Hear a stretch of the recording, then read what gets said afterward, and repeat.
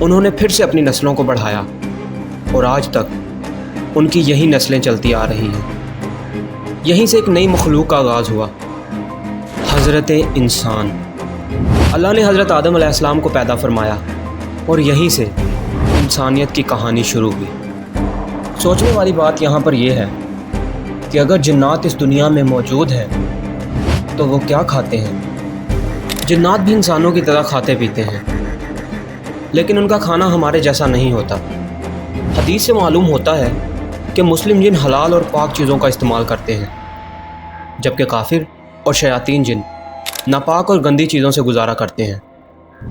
ایک صحیح حدیث میں رسول اللہ نے فرمایا، تمہارے لیے ہڈی میں گوشت ہے اور جن کے لیے اس میں کھانا ہے، اور ان کے جانوروں کے لیے گوبر ان کی غذا ہے۔ جب انسان بسم اللہ پڑھ کر گوشت کھاتا ہے، اس کے بعد بچنے والی ہڈی کو اللہ پاک جنات کے لیے غذا بنا دیتے ہیں۔ لیکن مسلم جن صرف ان ہڈیوں سے فائدہ اٹھاتے ہیں جن پر اللہ کا نام لیا گیا ہو۔ اگر بسم اللہ نہ پڑھی جائے تو وہ ہڈیاں ان کے لیے بے معنی ہوتی ہیں۔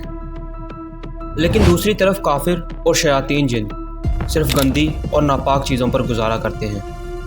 ان کی غذا میں گندگی، کچرا اور وہ سب چیزیں ہوتی ہیں جو انسانوں کے لیے نفرت انگیز ہیں۔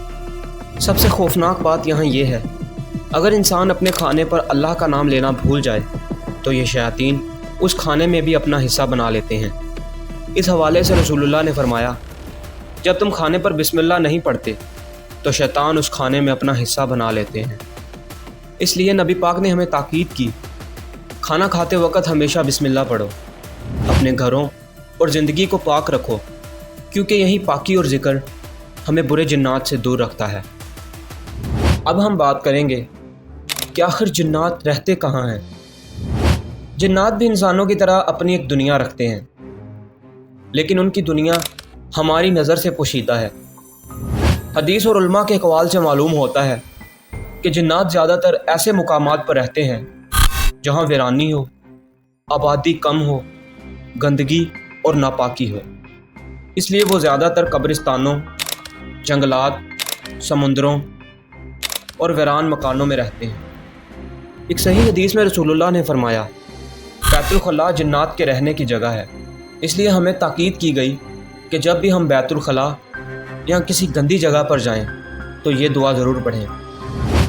بسم اللہ الرحمن الرحیم، اللہم انی اعوذ بک من الخبث والخبائث۔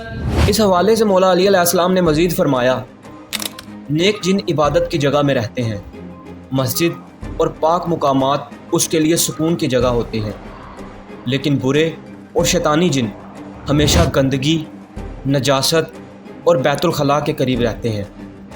اور ایک وقت ایسا بھی آئے گا جب لوگ اپنے گھروں کے اندر ہی بیت الخلاء بنائیں گے۔ اس وقت شیطانی جن گھروں میں اپنا بسیرا کریں گے اور انسان ان کے اثرات سے پریشان ہوں گے۔ جنات کی اپنی ایک دنیا ہے، لیکن اگر انسان اپنے گھروں میں اللہ کا ذکر زندہ رکھے تو یہ جن اس کے قریب نہیں آتے۔ اگر جنات ہمیں دیکھتے ہیں، سنتے ہیں، تو آخر یہ ہمیں نظر کیوں نہیں آتے؟ جنات ہمارے قریب بھی ہیں اور کبھی کبھی انسان کے دل و دماغ پر اثر بھی ڈالتے ہیں، لیکن پھر بھی ہم انہیں دیکھ نہیں پاتے۔ اس کی سب سے بڑی وجہ ابلیس کی نافرمانی سے جڑی ہے۔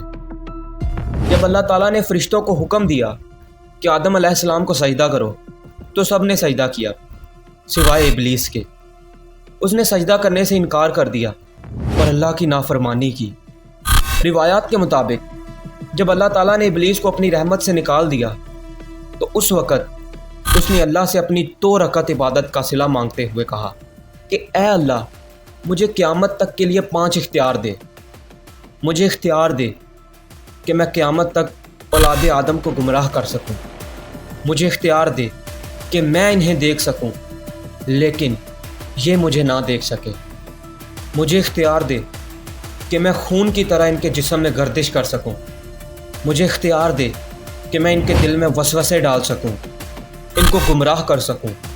اللہ تعالیٰ نے اسے ان تمام اختیارات کی اجازت دے دی، لیکن ایک شرط کے ساتھ کہ میرے وہ بندے جو مخلص ہوں گے ان پر تو کچھ قدرت نہیں رکھ سکتا۔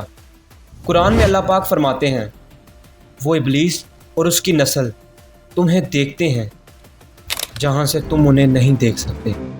سورہ الاعراف آیت 7-27۔ دوستو، جنات کی حقیقت سے انکار ممکن نہیں ہے، لیکن ہمیں ان سے ڈرنے کی ضرورت نہیں ہے، کیونکہ اگر انسان اپنا ایمان مضبوط رکھے، اللہ کا ذکر زندہ رکھے اور پاک رہے تو کوئی جن، کوئی شیطان اس کا کچھ نہیں بگاڑ سکتا۔ اصل قوت نہ جنات میں ہے نہ شیاطین میں، اصل قوت صرف اللہ کے پاس ہے جس کے ہاتھ میں ہم سب کی جان ہے۔ اس لیے ہمیشہ اللہ کی پناہ مانگو، یہی انسان کی اصل حفاظت ہے۔ سبسکرائب